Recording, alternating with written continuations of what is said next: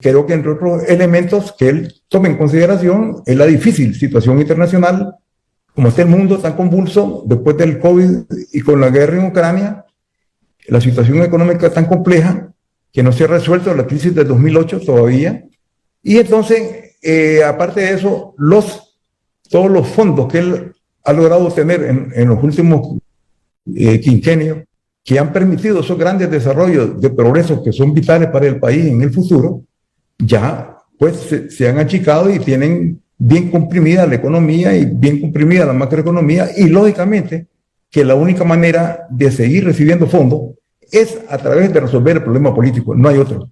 Porque los aliados del gobierno de Nicaragua, que tiene el gobierno, China o Rusia, no están actualmente, aún cuando lo quisieran, en las posibilidades de desembolso y de apoyo que Nicaragua requiere. Gracias por seguir con nosotros. Estamos hablando con el retirado Humberto Ortega, el hermano del presidente de Nicaragua, Daniel Ortega. Estamos hablando con él sobre la reciente liberación de los 222 presos políticos de Nicaragua, incluidos algunos de los principales precandidatos presidenciales de la oposición.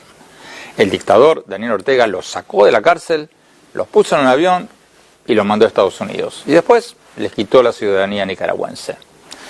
Sigamos la entrevista con el general retirado Humberto Ortega, que fue, dicho de paso, el estratega militar y político del gobierno sandinista en los años 80.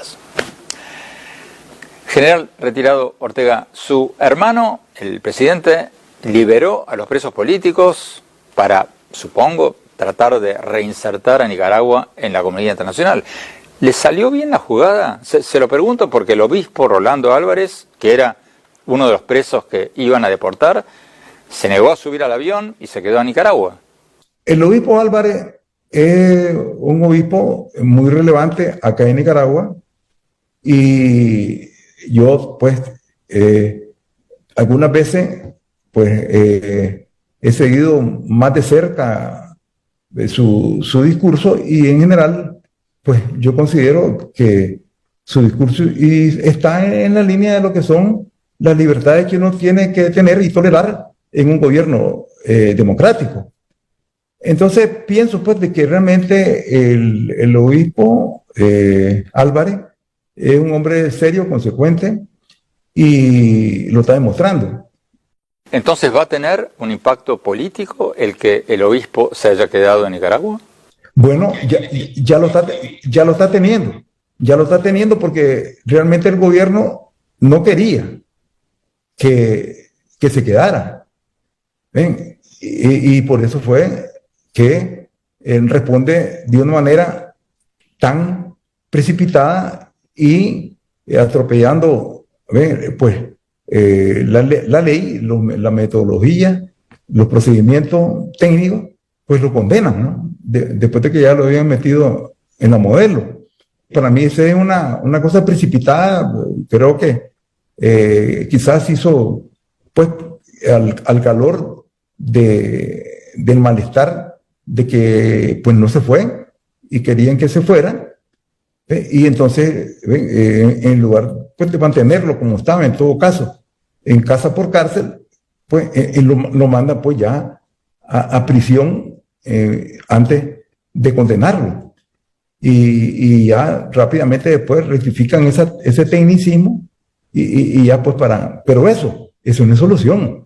Ahora esto ya ha venido con grandes repercusiones. Ya el Papa incluso abogó directamente por el Álvarez, y de diferentes partes del mundo está convocando pues una solidaridad la situación de Álvarez. Entonces yo creo que eso tiene que corregirlo el gobierno, porque no le conviene ahondar un choque con el sentimiento cristiano de todos los cristianos de Nicaragua y de América Latina, que es muy cristiana y muy católica.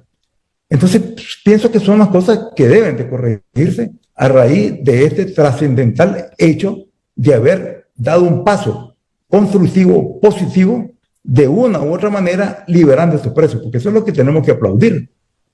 Ahora, ya cómo valoramos la actitud consecuente en un pensamiento pues bastante radical que tiene, y todos tenemos derecho a tener pensamientos radicales o no, siempre y cuando busquemos soluciones de centro. Hablemos del futuro. ¿Cómo se puede lograr una restauración, un retorno a la democracia en Nicaragua? En primer lugar, es frenar, terminar con la alta polarización política que existe particularmente en la clase política. Hay una polarización en donde solamente se habla de un lado y de otro, de odio, hay un sentimiento de muerte, de acabar el uno con el otro. Entonces hay una polarización muy grande. Entonces ahora se dio un paso positivo con esta liberación de los presos. Hay una respuesta, la considero también positiva por parte del gobierno de los Estados Unidos, de dar otros pasos en la ruta correcta de dialogar. Y entonces hay que entender que ahorita se cerró, lo más importante es que se cerró una coyuntura, la del 2018, hasta este momento se cerró esa coyuntura y se abrió una nueva con los presos libres. Y esta coyuntura tiene su meta en las elecciones del 2026. Entonces, la coyuntura que ahora hay que resolver es la del 2026, en donde con las elecciones presidenciales se pueda ya tener unas elecciones en donde Nicaragua entre a un proceso totalmente diferente al que teníamos desde el 2018 hasta ese momento. General Tirado, usted nos decía en el bloque anterior que hay que tener elecciones en el 2026, pero ¿cómo pueden haber elecciones mínimamente creíbles con los líderes de la oposición en el exilio forzado, unas 3.000 ONGs prohibidas, medios censurados? ¿Esas elecciones no serían un chiste? Por eso en este momento no pueden haber elecciones. Por eso yo trato de ser lo más razonable posible en mi análisis de visión de la coyuntura en un plazo con metas concretas. Porque ni la oposición está preparada para ir a las elecciones, aún y cuando le quitaran esos impedimentos, y ni el gobierno en sus negociaciones que considera tiene que impulsar en su momento más acelerada o menos acelerada, pues también necesita, a mi modo de ver, para manejar sus asuntos, un tiempo. Por eso yo planteo que siendo bien razonable y siendo bien lógico, la meta para resolver esta coyuntura de crisis, para resolver que realmente haya aquí participación de estos líderes que actualmente están siendo impedidos, es una negociación. Y esa negociación va a ser complicada, dura y siempre con presiones de un lado y de otro. Bueno, pero ¿cómo lograr que su hermano acepte condiciones elementales para tener elecciones libres en el 2026? Porque esta es una película que hemos visto durante décadas, o sea, da un paso atrás y dos para adelante. Bueno, es que mire, si nos ponemos a ver eso, así ha sido generalmente en Nicaragua durante de 200 años después de la independencia, pero hemos ido avanzando. Yo siempre digo que hoy estamos mejor que ayer, pero peor que mañana. Con todo y todo aquí se ha avanzado. Ya no estamos en la dictadura feroz de los Somoza, ni estamos en la guerra de agresión de Reagan. Reagan era diferente a Biden. Entonces, bueno, nosotros no le queríamos nada a Reagan, ni Reagan no quería nada a nosotros. Y entonces, ¿qué se buscó? Un organismo internacional, la Corte Penal Internacional, que dijo, la culpa la tienen los Reagan. Y ya están. Y entonces eso fue un gran, enorme aporte para lograr la paz. Entonces, en este caso, bueno, si Daniel tiene la imagen de que no cumple nada, que aquí, que allá, pero bueno, pero también en otras cosas ha cumplido. Y el país ha caminado. Entonces, no podemos, por salir de un gobierno que no tiene credibilidad para algunos, porque también para otros, la oposición no tiene credibilidad, porque está totalmente dividida. En fin, ¿entiende? Entonces, pienso pues de que, ni modo, pues, eso es lo que hay. Es Daniel Ortega.